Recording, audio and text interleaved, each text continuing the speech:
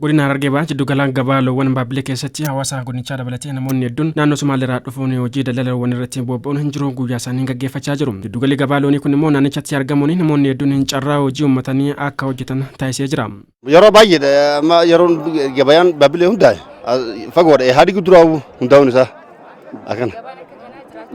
Gabayaan kun as dhufu waan bareedaadha namoota kumaatama baay'eedhaaf fayyadama. Dallaala kan ta'u horii fidatee kan gurguratu. Nagaadee as dhuftee gara biraa geessitu baay'ee nama baay'eedha shaahillee kataa'ee as gurguruu jira. Kanaafuu nama baay'ee fayyadama. Wanni fayyadu karaa tokkoree amma qotee bulaa amma qotee galii qotee bulaati. Karaa kaaniin immoo galii mootummaati. Kanaafuu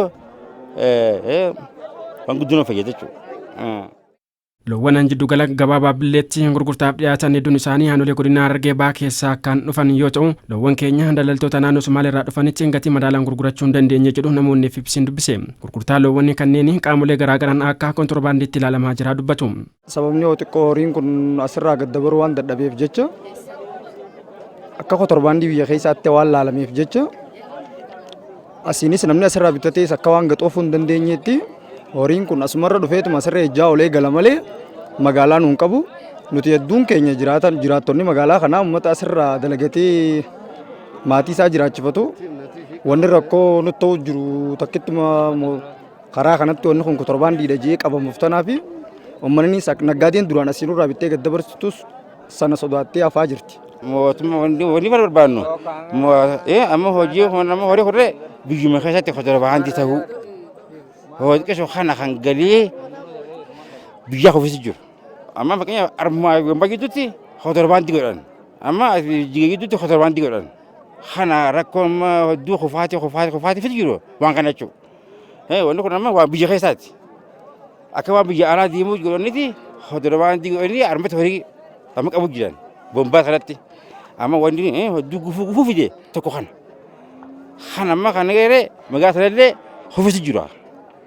Kanaafuu sama magaa kanaafuu sama sirreesse wanni sun sama gabaa san turre magaa gabaa guddaa jechuudha.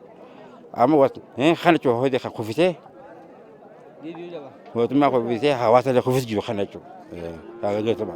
Walitti dhufeenya daldala gabaa loowwan naannolee lameen akka cimuu fi qonnaan bulaan isaan gatii dadhabbisaa akka argatuu fi qaamonni dhimmi ilaallatu furmaata waraa kennuu qabaa jedhu jiraattonni godina Harargee Bahaa aanaa Baabbilee. Saniif jecha ammaan tana hanguma karaa irnaa kana deemuu tokko nurraa fuudhama malee tagama Somaalii tanaan nu duraa qofaatiin nurra gahaa jirti. Bakka tana sila akka gama kiyyaan akka nama tokkotti akka mootummaan bakka tana nu ilaaluun barbaada. Yaada dabarfachuu qabu. Dhimma jiddu gala gabaa Baabbilee walii walqabatee hawaasa irraa ka'u daldaltoota seeraan alaa yeroo garaagaraatti loowwan karaa keellaa biroo dabarsuun galii naannichaa irratti dhiibbaa uumaa turaniin jedhu kantiibaan magaalaa Baabbilee obbo Kadir Gannaa. Keellaan magaalaa keenya irratti argamu keellaa seera qabeessa biiroon daldala Oromiyaa beeku ashuuran asitti ashuuramaa jechuudha. Keellaa kanarraa dabee kan adeemu kan ashuuran fudhannee karaa seeraan alaatiin horii kana baasuu barbaadu horiin karaa seera qabeessaatiin gaafa deemu daldalaan seera qabeessaa gaafa deemsisu doolaara biyyaaf galii galcha. Karaa seeraan alaatiin yoo deemu immoo biyyaaf illee bu'aan qabu daldala dhuunfaa saniif illee bu'aan qabu.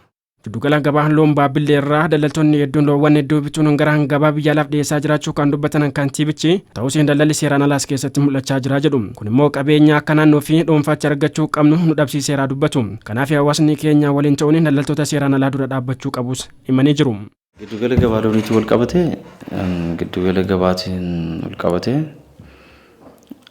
bulchiinsi magaalaa tokko akka tursiitti mataan isaa wanti inni fayyadamu keessaa inni tokko giddu gala gabaati. Giddu gala gabaa loonii sangoota baay'ee miidhagoo horii baay'ee babbareedaa daldaltoonni asiis gara biyya alaatti ergan hedduun jiru. Isa kana wal qabatee akka rakkootti wanni jiru daldalli seeraan alaa horii irratti illee jira. Kun immoo qabeenya keenyas akka sabaattis qabeenya keenyarraa kan fayyadamne akka biyyaattis galii kan arganne nu taasisa. Hawaasni keenya kana kaleessas tumsaati ture. Ittisaati ture qabeenyi isaa karaa seeraan alaatiin akka hin baane godhaati ture. Gabaa isaa kunuunfataa ture. Ammas kun cimee akka itti fufu ergaa koo cimaa jedheetii yaada.